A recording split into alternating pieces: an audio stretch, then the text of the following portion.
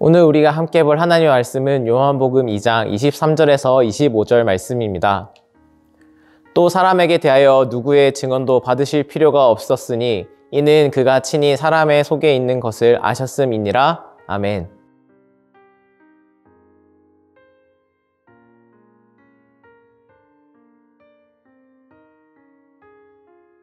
오늘 요한복음 2장 23절에서 25절 말씀에서 6월절에 예루살렘에 계셨던 예수님에 대하여 이야기하고 있습니다. 3절의 짧은 구절이지만 여기에는 아주 중요한 메시지가 담겨져 있습니다. 전문맥인 어제 있었던 이야기를 잠시 살펴보면 예수님은 하나님의 성전을 깨끗하게 하시고 당시 사람들은 이해할 수 없었던 부활의 메시지를 나누셨습니다. 그러나 예수님께서 이 땅에 육신을 입고 하나님의 성전으로 나타나셨다는 사실을 사람들과 제자들조차 이해하지 못했습니다. 예수님은 이를 다 이해시키고자 하시지도 않으셨습니다. 하지만 오늘 본문에 와서 예수님께서는 예루살렘에서 여러 표적을 나타내셨음을 이야기하고 있습니다. 표적이란 예수님께서 하나님의 아들이시며 이 땅에 메시아로 오셨다는 계시, 신호로서 그 목적이 사람들에게 예수님을 알게 하고 죄로부터 돌이켜 하나님께로 돌아오게 하기 위해서였습니다. 하지만 무엇인가 이상하지 않습니까? 사람들이 다 이해하지 못함에도 왜 표적을 행하셨을까요? 그리고 23절만 보게 되면 표적을 행하신 예수님의 목적이 마치 달성된 것처럼 보입니다. 사람들이 예수님의 이름을 믿었다 이야기 되기 때문입니다. 하지만 사람들은 예수님께서 행하신 표적을 표적으로 알지 못했습니다. 예수님이 행하신 일을 보고 믿고 따르기는 했지만 살아계신 하나님의 아들이시며 그리스도이심을 알지 못했습니다.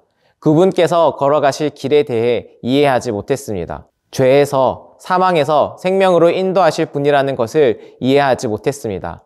자신들의 이해 속에서 생각 속에서 스스로의 만족을 위해서 예수님을 믿었던 것입니다.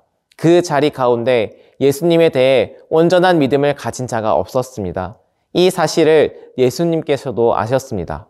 이는 예수님은 그들에게 자신을 맡기지 않았다고 말합니다. 그들이 예수님의 이름을 믿고 따랐다 라고 나와 있는데 왜 예수님은 그들에게 자신을 맡기지 않았을까요? 왜냐하면 그들의 속마음을 다 아셨기 때문입니다. 예수님은 하나님이시기에 사람들의 생각과 마음을 다 알고 계셨습니다. 이는 그들의 믿음이 결코 거룩하지 않음을 분명하게 아셨고 그렇기에 그들에게 자신을 맡기지 않았던 것입니다. 예수님께서 하나님이심이 25절에 다시 언급되고 있습니다. 예수님은 사람에 대해 어떠한 증언을 들으실 필요도 없었음을 말하고 있습니다. 다시 말해 자신의 믿음, 헌신, 섬김, 열심, 마음을 예수님 앞에 드러낼 필요가 전혀 없다는 것입니다.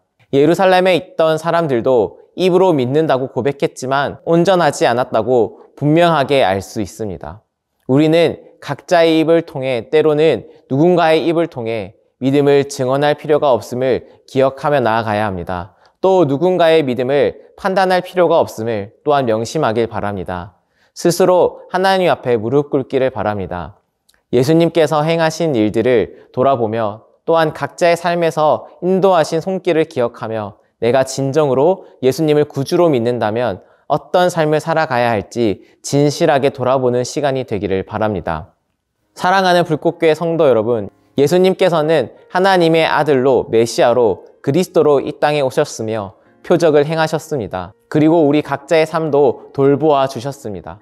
그러나 수많은 사람들이 예수님을 믿는다 고백했지만 그들에게 자신을 맡길 수 없었던 예수님의 모습을 기억하며 우리는 예수님께서 믿고 맡길 수 있는 존재가 되었는지 돌아보기를 바랍니다.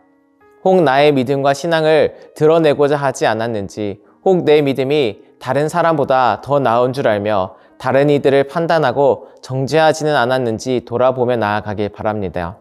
말씀 앞에 서서 겸손하게 주님 앞에 무릎 꿇고 내 삶이 예수님 앞에 온전히 설 수 있기를 간구함으로 진정한 구원의 기쁨을 경험하는 우리 모두가 되기를 간절히 소망합니다.